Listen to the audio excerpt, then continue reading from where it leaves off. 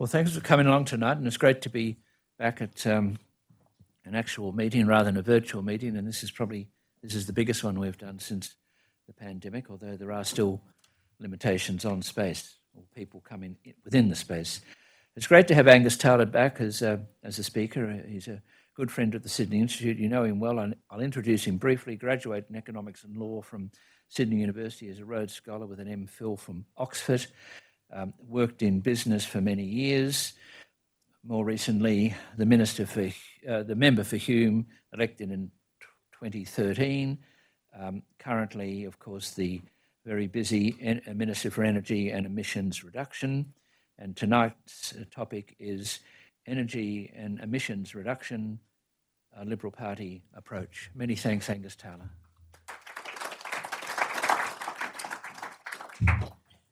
Well, thank you, Gerard, for that introduction, and thank you for the work you do. Of course, the Sydney Institute plays such an important role in facilitating the debate, the public policy debate we have across Australia. It's great to be back. I've spoken here a number of times and very much appreciate the work you do. I should declare my interest in saying good things about the Sydney Institute, which I do all the time, as my wife is on the board. So that probably promotes it a little bit for me, but actually independent of that, I've always taken the view the Sydney Institute is a wonderful institution, and thank you for the work you do. Tonight I will talk about the principles and values that underline the approach we're taking to energy and emissions reduction. And I think going back to principles and values is always important because it helps people to understand what you're doing and why you're doing it and what's important to you. Around the world right now, we're seeing blue-collar workers and rural and regional communities shouldering much of the burden of climate action. It's their jobs, their industries, their homes and their futures that are being offered up, often, to reduce emissions, usually by those with much less at stake. To adapt a line from Churchill, rarely has so much been asked by so many of so few. Rarely has so much been asked by so many of so few. And I believe that approach is neither fair nor sustainable. There comes a point where the endless ask for sacrifice becomes too great. The costs and intrusion into people's lives go too far. And the contract between workers, communities and government breaks down. Political wars will continue to be waged until the world finds a way to reduce emissions without causing economic harm and dislocation. Now, the role of a Member of Parliament in a democracy is to give voice to the concerns and aspirations of their constituents, to not speak out, to accept community losses and suffering silently in service of some greater good is a derogation of their responsibilities. Speaking up for your community doesn't make you a denialist, as some in the Labor Party or Extinction Rebellion or extremists would like to make out. It makes you a representative responsible to the people you are elected to serve. As with all things, Labor has sought to solve this particular set of problems that I'm dealing with every day through redistribution, taking from one to give to another, ever greater taxation until all that is left is a hollow shell of a once vibrant, thriving society. In its place, a monolithic modern state. And Menzies was asked whether we are for the subordination of the individual to the officialdom of government or believe that government is the servant of the people. And I think that question is very real in this context. The pathway of sacrificing industries, jobs and regions is not acceptable to us as a government, nor is it acceptable to the Australian people. Now, the science of climate change is clear. Man-made emissions are having a real and serious impact. And we must act in a practical, responsible way that is in our national interest. There is an alternative approach being offered by the left, one that recognises an alternative approach to that being offered by the left, and one that recognises that bringing down emissions, but without imposing an unfair economic burden on those in society who can't bear it, is the right way to go. Without needlessly destroying jobs in our traditional industries or denying a prosperous, secure and happy life for all Australians and people around the world, particularly in developing countries. It is an approach that I'll outline tonight that's founded on traditional Liberal Party values of freedom, choice, enterprise and reward for effort, centred on technology, not taxes. And that approach has 5 core principles in reducing emissions and driving energy policy. First, focus on technology, not taxes, one you've probably heard from us many times. Second, expanding consumer choice, not restricting it. Third, partnering with the private sector to bring a portfolio of low emissions technologies to parity with their current alternatives. Fourth, maintaining our historical advantage in affordable, reliable energy.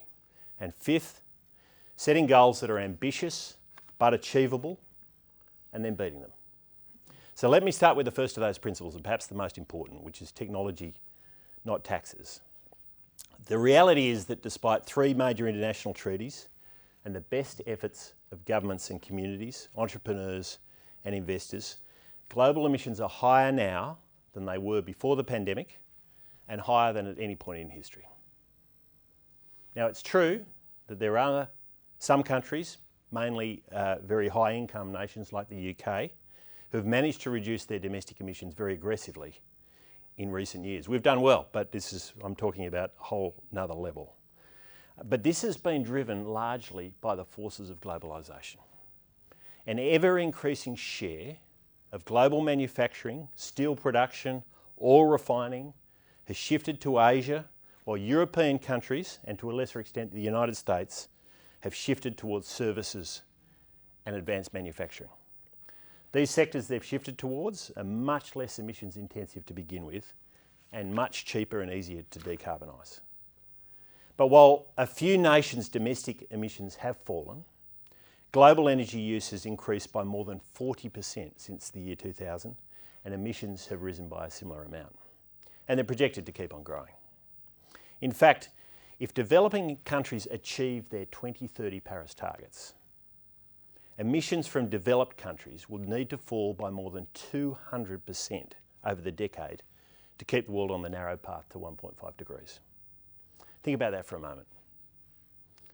Developed world emissions would need to fall from about 14 billion tonnes a year to net zero, not by 2030, but in the next few years. Then by 2030, we would need to be permanently sequestering as much CO2 as we currently emit every year by 2030. So this is fantasy. That's not going to happen. It's a recipe to repeat the failures of the past, of Copenhagen and the Kyoto Protocol. But I'm not saying all is lost. Rather, this is a global problem in need of a solution that works across the world. We need to make net zero practically achievable for all countries. Now, I've followed this debate for many, many years. I recall reading the pioneering work of the Nobel Prize-winning economist William Nordhaus back in the 1980s.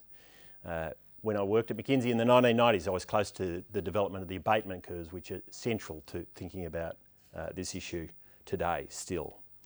And I read the Stern and Garnaut reviews from cover to cover when they came out in the 2000s. Over time, I've come to the conclusion that there are really only 2 ways to reduce emissions. One is technology and the other is taxes. One is innovation, the other is elimination.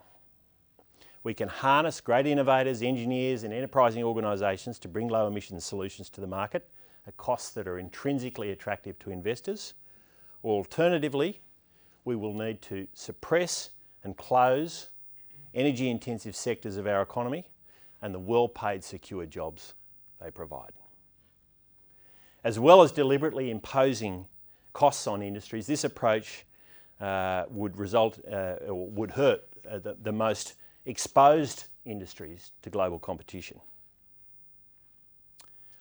Finally, on top of that, carbon taxes are regressive.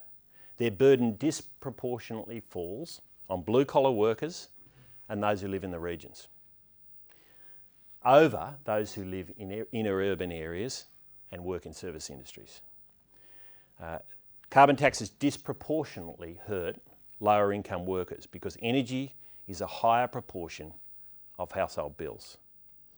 Now, efforts to compensate this through rebates or welfare are inefficient and expensive. Canada has recently committed to a carbon tax of $170 a tonne by 2030. That tax will increase energy prices, reduce economic activity, and with it, put more pressure on government finance. By 2022, the price will only be $50 on its way to $170. But that in itself will cause fuel prices to increase by 8%, gas prices to increase by 75%, and the price of coal to more than double. Policies like these make it harder for businesses to grow and compete. So instead of imposing new taxes and expanding government's reach into the lives of every Australian through some new money go round, our goal should be to remove the green taxes associated with new energy technologies. Once the technological solutions, new technology solutions, are at parity with current higher emitting alternatives, they will be adopted. That's how our economy works. How long it takes for those technologies to get to parity will determine how quickly Australia and the world can reduce emissions without destroying jobs and without destroying economic opportunity. So let me turn to the second principle, which is expanding consumer choice. It's also important to recognise that carbon taxes can come in many forms. A straight-up tax or an emissions trading scheme, they're obvious examples. But vested interests will also try to use a technology-led approach as cover for subordinating the individual to the dictates of government. And there are many more ways to implement what I call a sneaky carbon tax by reducing consumer choice.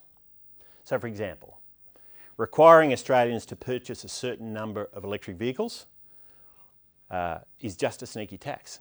And to illustrate that, Labor's policy before the 2019 election was to require car dealers to sell a certain share of electric vehicles. They're going to impose that requirement. And independent estimates of the cost of that on a new vehicle was just under $5,000 on a typical vehicle, $5,000. So, doesn't look like a tax? It's a tax.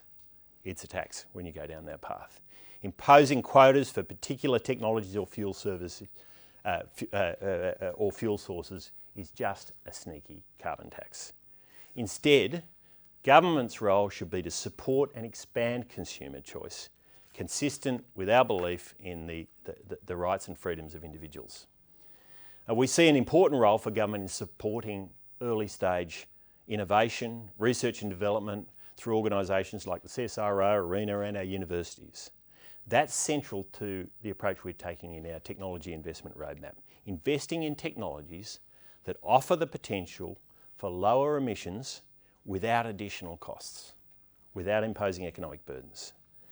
Now, to do that, deployment needs to be led by the private sector with government serving as an enabler. And the role of government there includes things like supporting targeted investment in infrastructure, important role for government.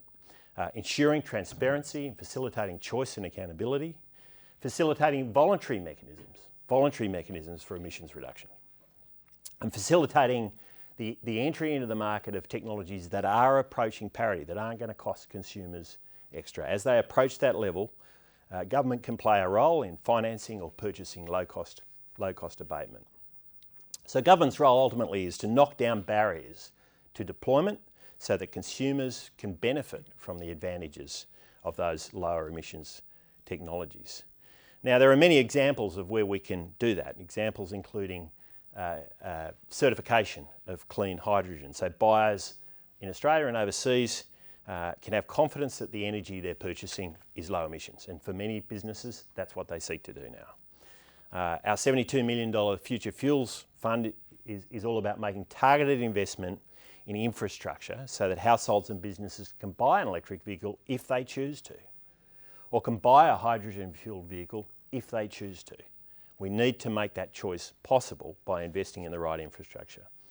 The Emissions Reduction Fund is one of the world's largest and most rigorous carbon offset schemes. Indeed, when you travel around the world as an Energy Minister from Australia, you're often asked about that program. It's seen as absolutely best in in class around the world. It's delivered more than 88 million tonnes of abatement, including a record 16 million tonnes a year. And voluntary demand for Australian carbon units, which have come from that scheme, grew 76% in 2020. Supporting the developments of markets with integrity is consistent with our values as Liberals. But the difference between a voluntary approach and a carbon tax, whether sneaky or explicit, is that it won't reverberate through our economy. It won't reverberate through our economy. It won't risk carbon leakage and job losses by imposing new costs on those who can't afford it. And it won't raise energy prices. Rather than restricting consumer choice, we're seeking to enable it. Third principle is bringing a portfolio of technologies to parity. Now, we clearly need, if we're going to get emissions down without imposing costs on the community, on society, on Australians, we need more horses in the race. That's our approach in the Technology Investment Roadmap. That's why we've expanded ARENA's mandate only today, so the agency can support the full next generation of energy technologies. It's why we're investing 20 billion in total in next generation technologies that'll drive over $80 billion of total investment. We know that from the co-investment we've been getting from the private sector in these areas to date. It'll create 160,000 jobs, and more than half of those in regional areas. The roadmap has a framework for prioritising technologies based on their global abatement potential, but also Australia's competitive advantage and the scale of the economic benefit. Can we get this to be a technology where people will choose it because it makes sense for them? Our first annual technology statement set economic goals across 5 priority technologies. Hydrogen, getting that to less than $2 per kilogram. Long duration storage, and energy storage is becoming a major issue to firm up our system, getting that to today's wholesale electricity prices. Low carbon steel and aluminium down to today's cost of production. Sequestration from carbon capture and storage down to $20 a tonne, and soil carbon measurement, which has the potential to unlock enormous agricultural productivity down to less than $3 a kilogram, and that's about a 90% reduction on historical costs. We'll also maintain a close watching brief on emerging technologies with great promise that are still in the early stages of development, and that includes technologies like small modular nuclear reactors. Because a technology-led approach means keeping all options on the table, not restricting the choices, not restricting the portfolio, as Labor seeks to do regularly in the Parliament, but making sure we've got as many open to us as possible.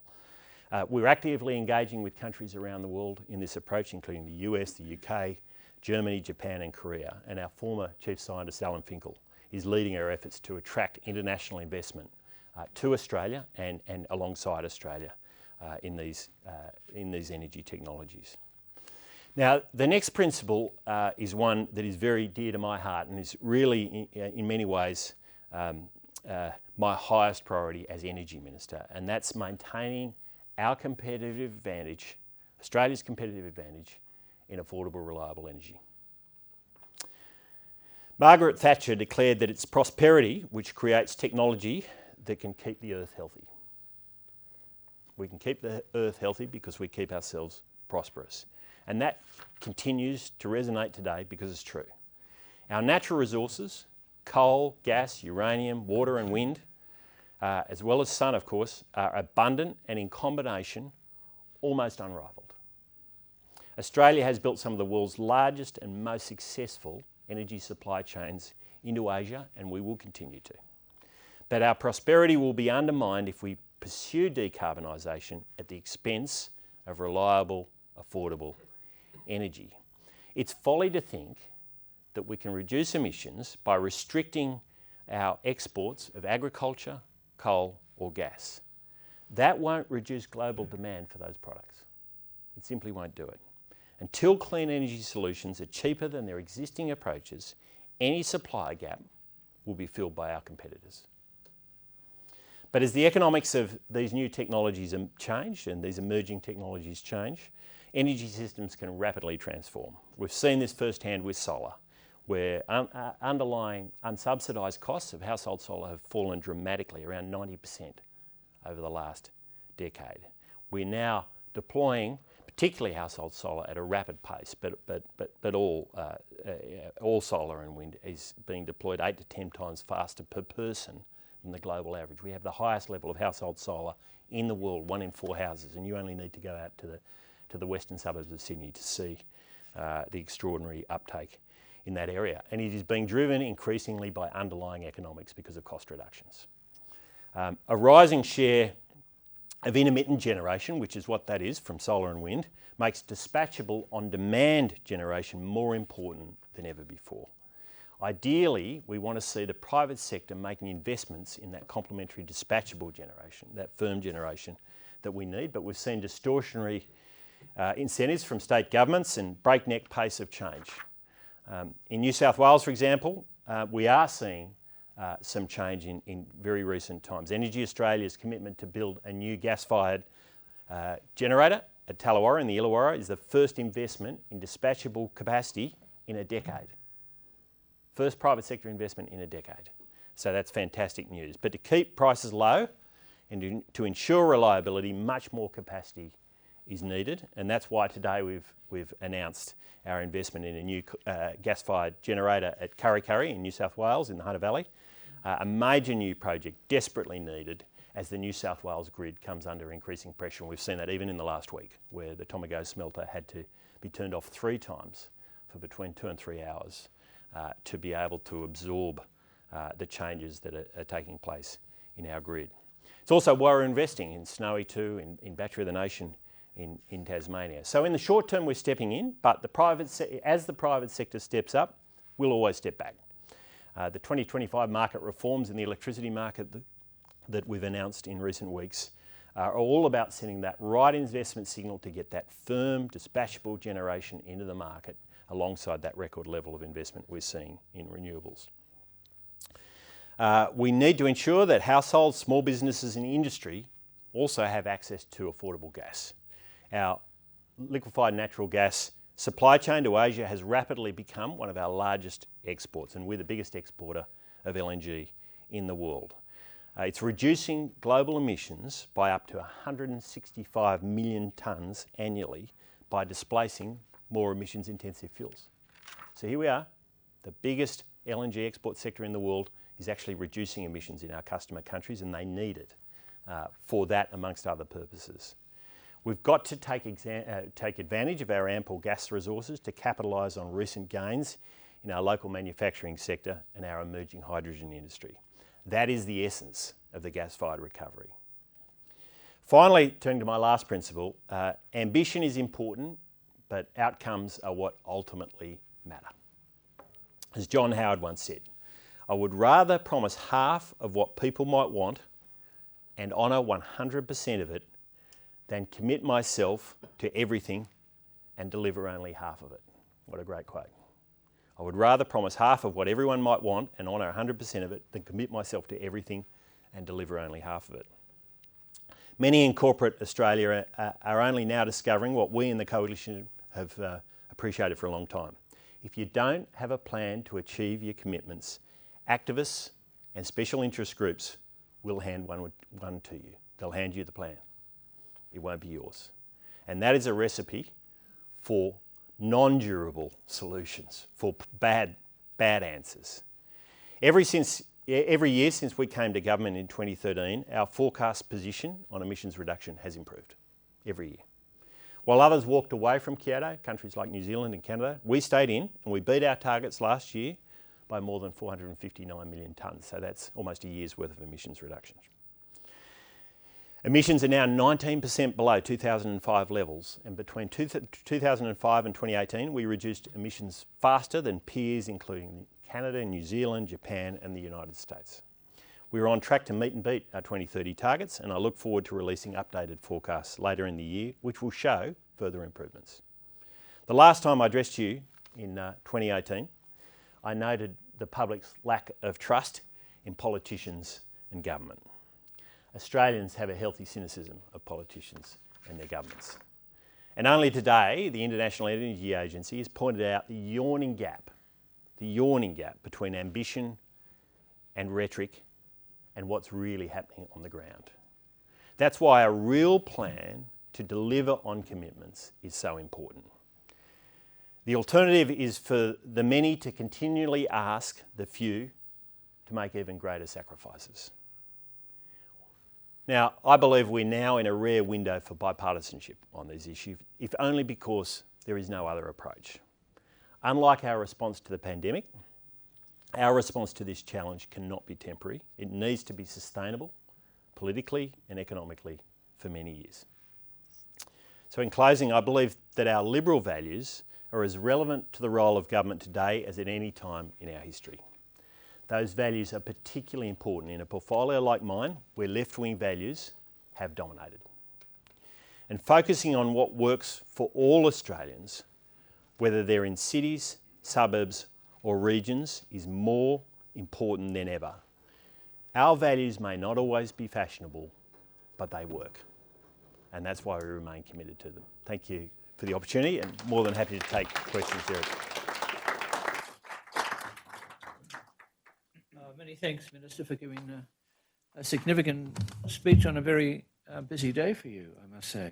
So we're coming to questions and discussion. Initially, I should say many thanks to King & Wood Mallesons for making this great facility available to the Sydney Institute tonight. And also, we are now doing Zoom as well. So there'll be some people listening to us or watching us via Zoom. And if they want to send in some questions or points of discussion, they know the procedure by which to do so. And so we lead off. Whoever's got the microphone's got the question. So Anne's down that end, I'll do this end.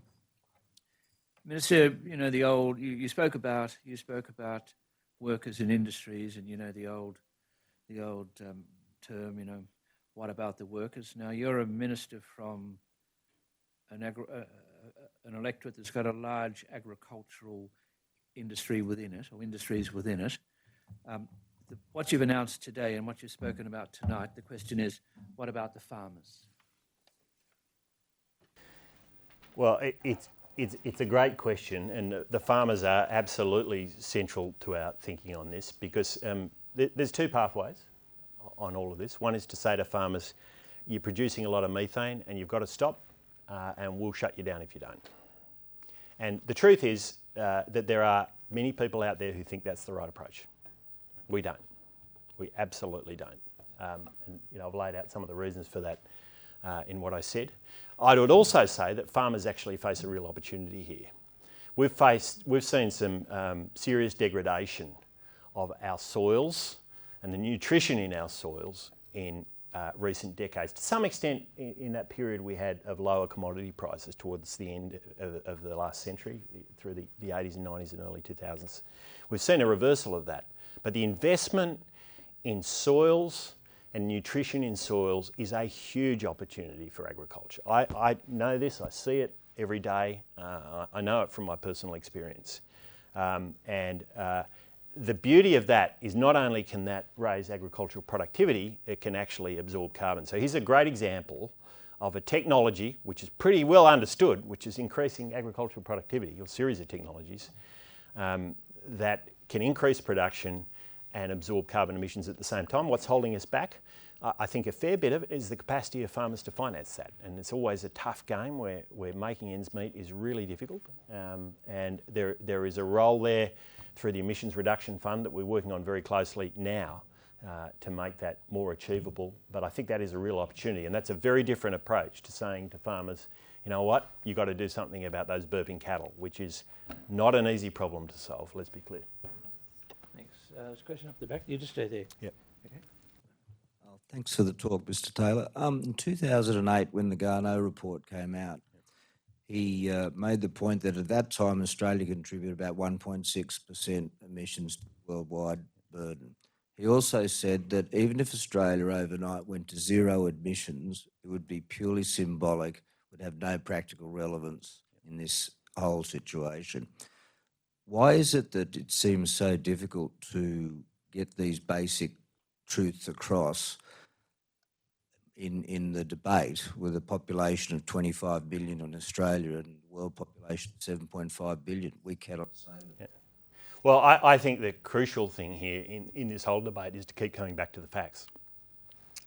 That's part of what I've sought to do in my role. It's not always popular, and they're not always fashionable, these facts. That number's down to about 1.3% now, because we've reduced our emissions, which people like to ignore, but we have.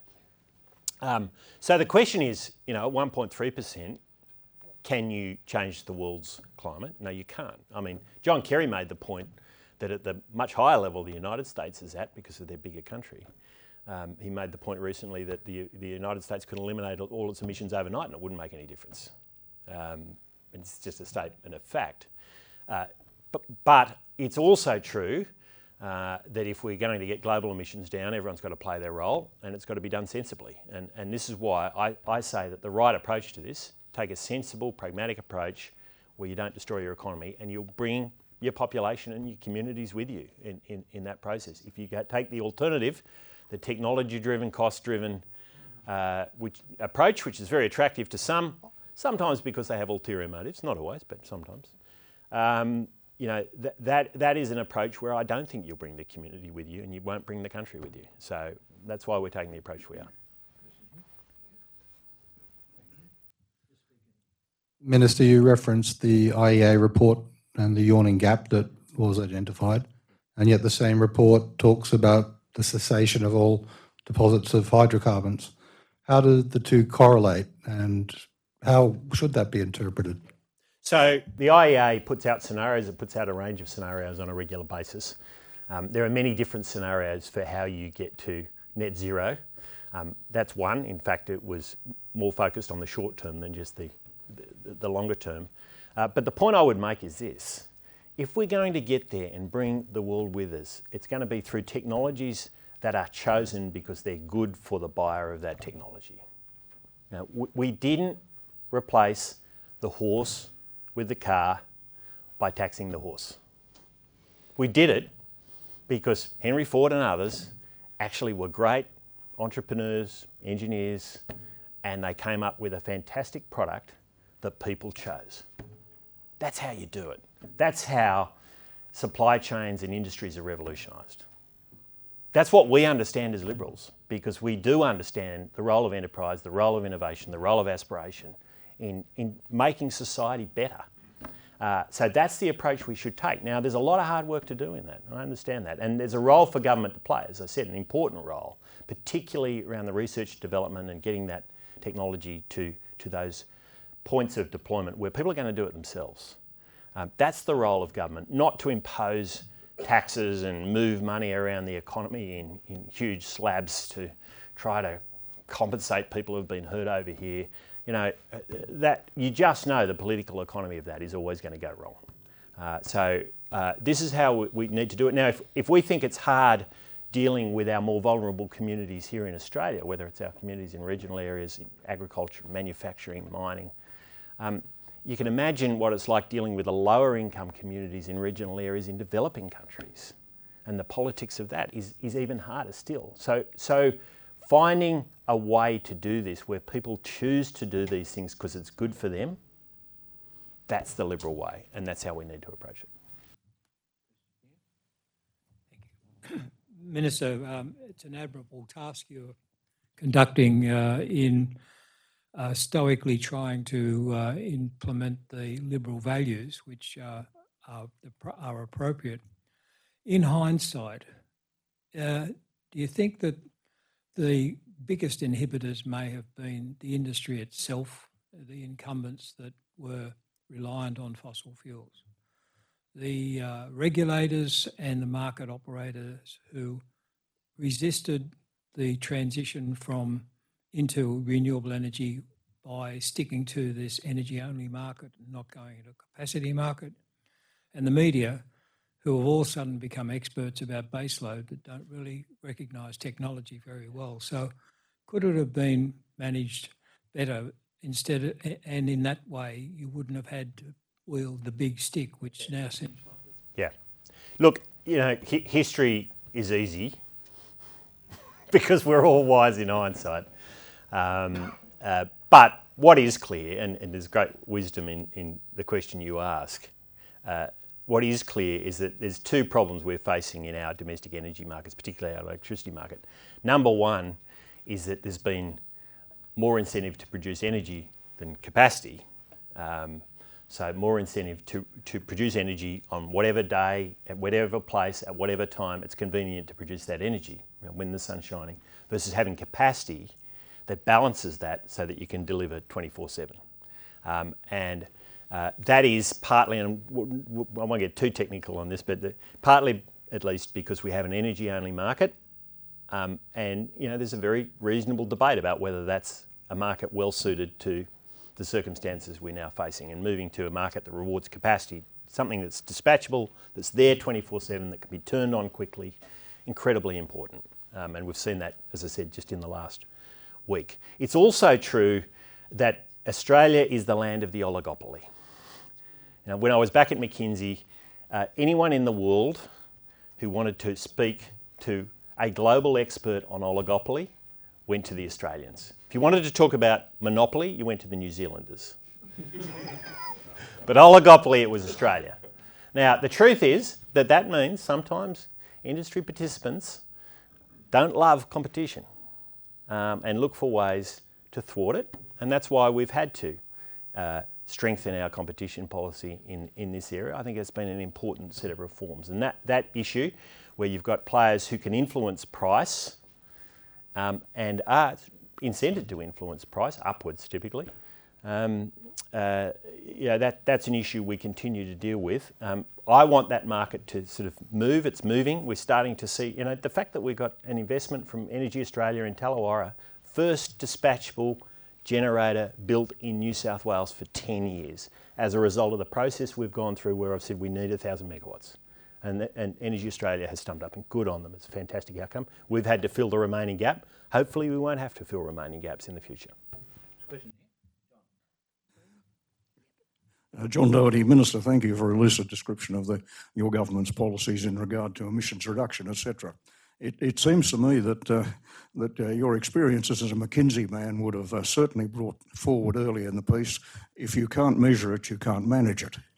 Emissions reduction, as we understand, it's based on the hypothesis that human generation, anthropogenic generation of carbon dioxide, has an influence and the world's generation doesn't.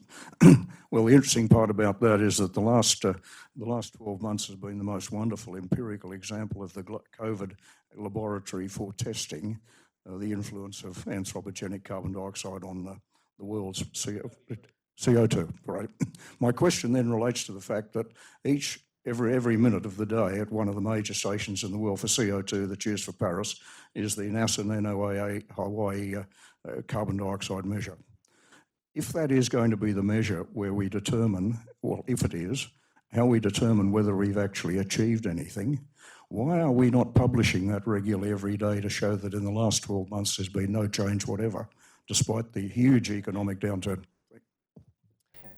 Yep. So, look, the measurement issue is an important one. And look, the measurement, as I said in my speech, the measurement's telling us that emissions have been going up. There's no doubt about that. It's unambiguous. I think, though, we are at a point where the way forward, that a broad coalition of viewpoints on this can coalesce around, is one that says, let's reduce this, but let's not impose economic costs, undue economic costs. And I think that's possible, because I think human ingenuity and innovation and enterprise knows no bounds.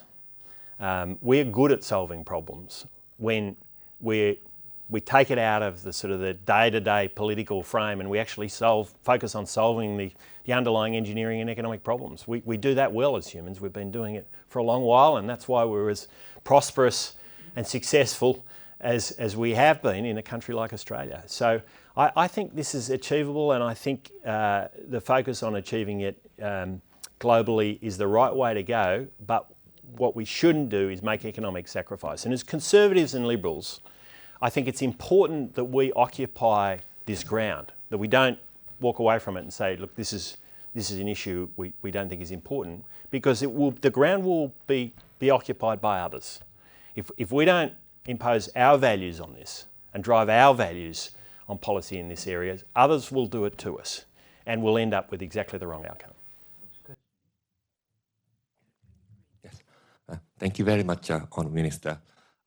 Then what are the implications of your 5-point liberal approach for international cooperation and global rulemaking? Could you elaborate on any concrete initiatives or actions by the Australian government? Yeah, no, it's a great question. So I'll start with the international collaboration, which I think is it's a really good question. I mean, the truth of the matter is countries across the globe are trying to solve this problem. And ultimately, it's technologies that allow us to reduce emissions without imposing costs that everyone wants. And so collaborating on innovation is an obvious thing to do. Once you have a great idea, a great innovation, a great blueprint, that blueprint can be used wherever you want to take it. So if we solve the problem, and I think we can crack the problem, for instance, of how to produce low-cost hydrogen, whether it's blue or green, that's low emissions. This is something we can do from Australia because of our background, because of our history, because of the technology we understand. And that's a problem we can solve that the world can use and we can take advantage of. Now, there's different technologies across, say, those 5 priority technologies. There's obviously different countries we can collaborate with. On hydrogen, I think the obvious early collaborator is Japan. There's no question about it. We've built supply chains with Japan over a long period of time.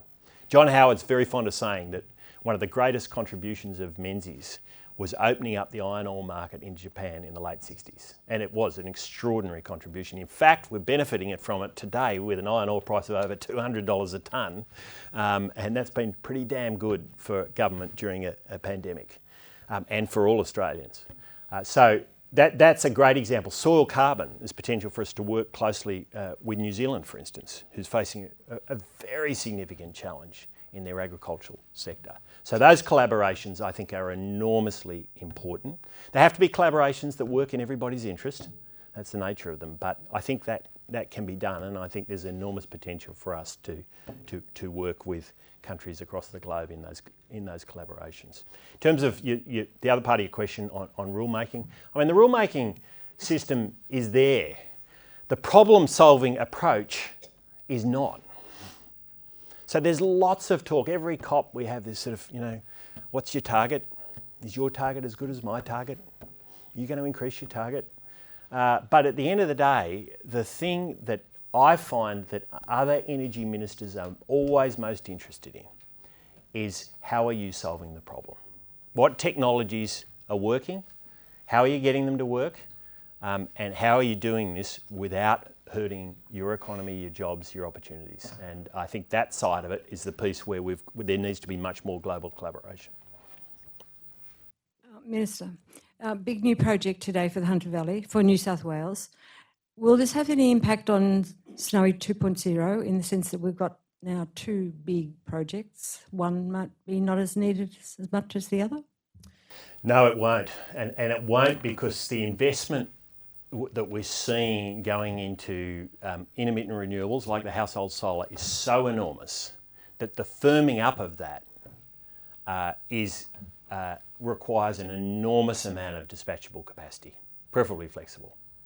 Right? So I'll give you an example of how this is playing out in practice. Last night, we saw, yesterday afternoon, the price of electricity in New South Wales was $41 a megawatt hour. The solar cells on everyone's roofs were going nuts. It was a nice bright day. Very good, lovely, late autumn, beautiful day. Fantastic. 5 o'clock, it all stopped. The wind wasn't blowing. Snowy turned on its generators, poured a huge amount of water down through its pipes. All the gas generators, pretty much, that were ready went on, and Liddell lost 1 unit. That's a quarter of the Liddell power station that was not expected. And we were in trouble. We were in trouble on an autumn afternoon. Normally you only have trouble in the middle of winter or in the heat of summer. We were in trouble in autumn. Right? Now what happened, you didn't hear about this because these problems get solved behind the scenes, but they are really serious problems. The price escalated from $41 to $14,000 a megawatt hour. $14,000 a megawatt hour. And Tomago, which is the biggest electricity consumer in Australia and in New South Wales obviously, was asked to switch off, switched off for 3 hours, and the operators struggled to get it back going. If it had stayed off, it would never have reopened. 1,000 jobs in Hunter Valley. Right? Now, that kind of story is happening regularly across our system now. We are going to need thousands of megawatts of dispatchable capacity complementing those renewables as our coal continues to struggle because of its age and its inflexibility. And so, frankly, Kurri Kurri and Tallawarra and Snowy combined won't be enough for what's needed. There'll need to be more, and that investment will need to come preferably from the private sector. That's where we want to see it. Just one point of clarification. Why was it required to close off for 3 hours? Because it closed off 600 megawatts because we couldn't get the 600 megawatts from anywhere else. We ran out of supply, so we had to reduce demand. So that's essentially what happened. Now, that same thing happened on Monday night and happened last Wednesday.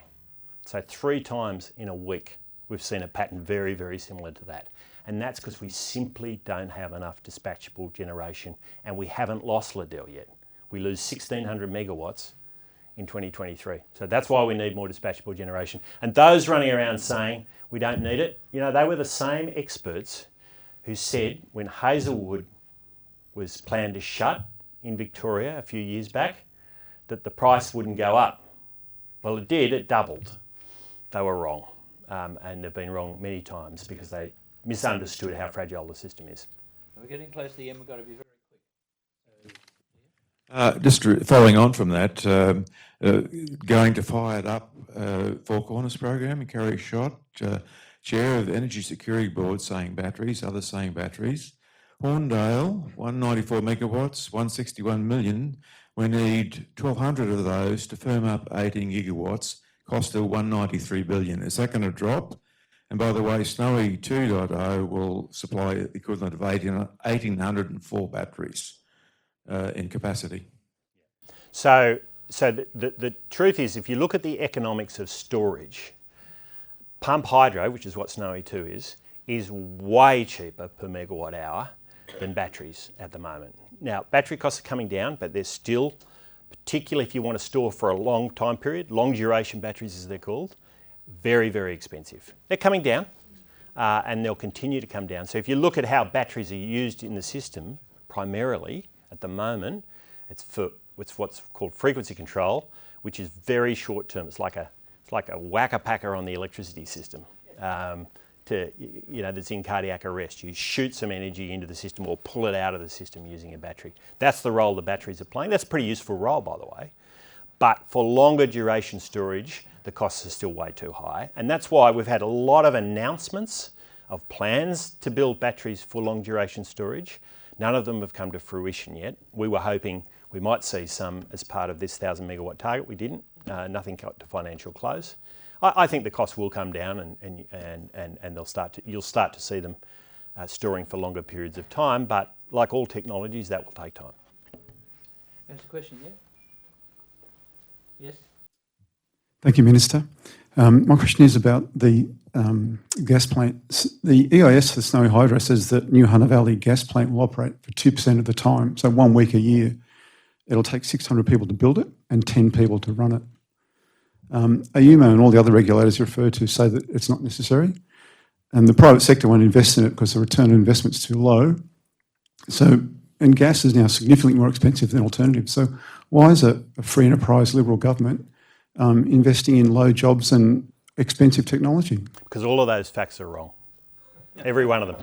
So it's planned to run, and very conservatively, as an open cycle gas turbine, which is a peaker, at 12%, not 2%. This is significantly higher than that. And we'd expect it to go up over time. I mean, we'd expect it to go up a lot over time as we see, dependent on how the New South Wales grid unfolds. If you look at last night, if we'd had that gas peaker there, we wouldn't have had $14,000 a megawatt hour. And we wouldn't have had Tomago shutting off. It's as simple as that. In terms of the jobs, the jobs that really count are the jobs like the 1,000 people that work at the Tomago smelter. Now, there's many others. I'm using that because it's the biggest user. but there are many others, and they're the jobs that if we get this wrong, it simply, you will see those jobs disappearing. We can't afford to have that. The final part of your point, I'm trying to remember. There's another. Yeah, the question of gas. Yes. Well, it's just not right. I mean, the gas peaker as a source of firming, is still very efficient. Pump hydro can work in the right circumstances as well. Batteries they're coming down in cost. You're going to see them over longer duration over time, but that's a much more expensive way, generally speaking, to try to firm up. As I say, under certain circumstances, battery economics can work. In terms of the economics of open cycle gas peakers like this one, investment like this one for Snowy, the returns, Snowy business case is very strong on this, very strong returns. I'm not at all lacking in confidence on that front, and you can see that in the way the Snowy business works now. I mean, it does well, and it's a very good return to government. It's been a very good investment for us, and it plays an important role because it's flexible, and gas is exactly the same. The second last question here. Can be brief. Yes, thank you very much, Minister. Let me ask you the questions. My question is about the nuclear options. The United States generated 20% electricity from nuclear, and France about 80%.